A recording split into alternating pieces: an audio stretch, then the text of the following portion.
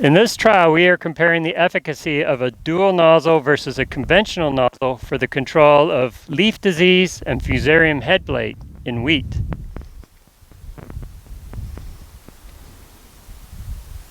The conventional nozzle is being represented by a bubble jet, and the dual nozzle is being represented by a turbo drop asymmetrical dual fan known more as a TDAF.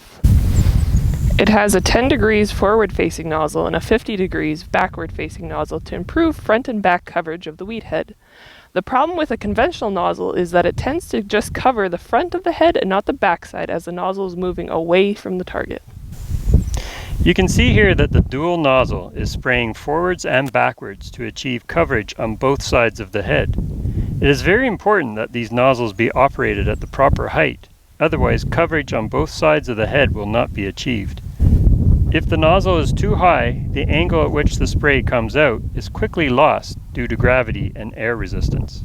The TADF nozzle should be operated at only 15 inches above the crop.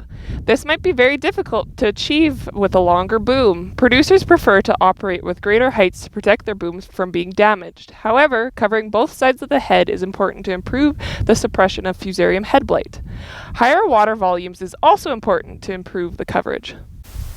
So in this study, we are comparing the bubble jet and the TADF nozzles at optimum and excessive heights and at water volumes of 8 and 12.5 gallons per acre.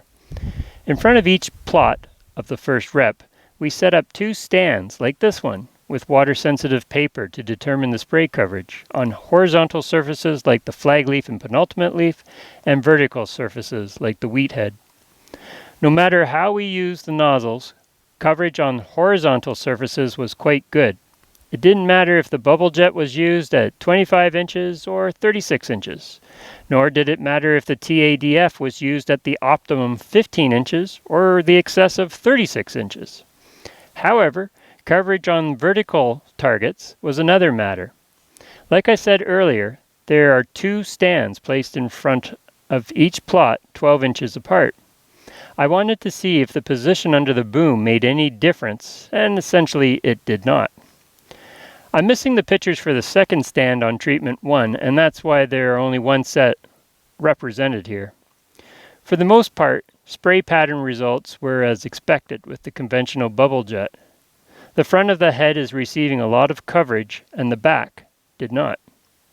The exception to this was treatment number 3, where we raised the height of the boom too high at the 8-gallon water volume.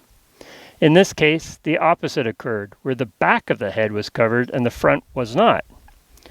I've checked the pictures of the stands, and it's clear we didn't make a mistake by reversing the pictures. So why this happened is not clear. The day we sprayed was very calm, but perhaps some strange air current occurred around the boom. Perhaps it was related to quantum mechanics. Anyway, you can see that 3 out of 4 times the conventional nozzle covered the front of the head, but not the back as expected. With the TADF nozzle, you can see the front and back coverage could be fairly decent when used at the correct height. When used at an excessive height, the back coverage is very poor, particularly at low water volume. We also alternated the direction of the TAD nozzles, as this has been suggested to me by those who sell the nozzles. Honestly, it doesn't make intuitive sense to me, but as you can see, the spray pattern didn't work out that bad. Maybe anything that throws chaos into the spray pattern is beneficial. This is likely why coverage achieved by aerial applicators has been pretty good, as the plane creates vortices that swirl the spray around. I think the take-home message is to get some water-sensitive paper and see what kind of coverage you are accomplishing. We have to wait until harvest results to see if the differences in coverage will result in differences in Fusarium head blight. Yorkton has missed a lot of rain that others have received, so our risk of Fusarium head blight is lower. We have also done similar work to this in the past and have found excessive height caused a statistically significant yield loss of 3 bushels and an increase in Fusarium damaged kernels when averaged over nozzle type. I'd like to thank Adopt for their support for this project. This has been a virtual tour stop due to COVID-19, and believe me, it is not the same without the crowd. Our crowd here only consists of my co-workers.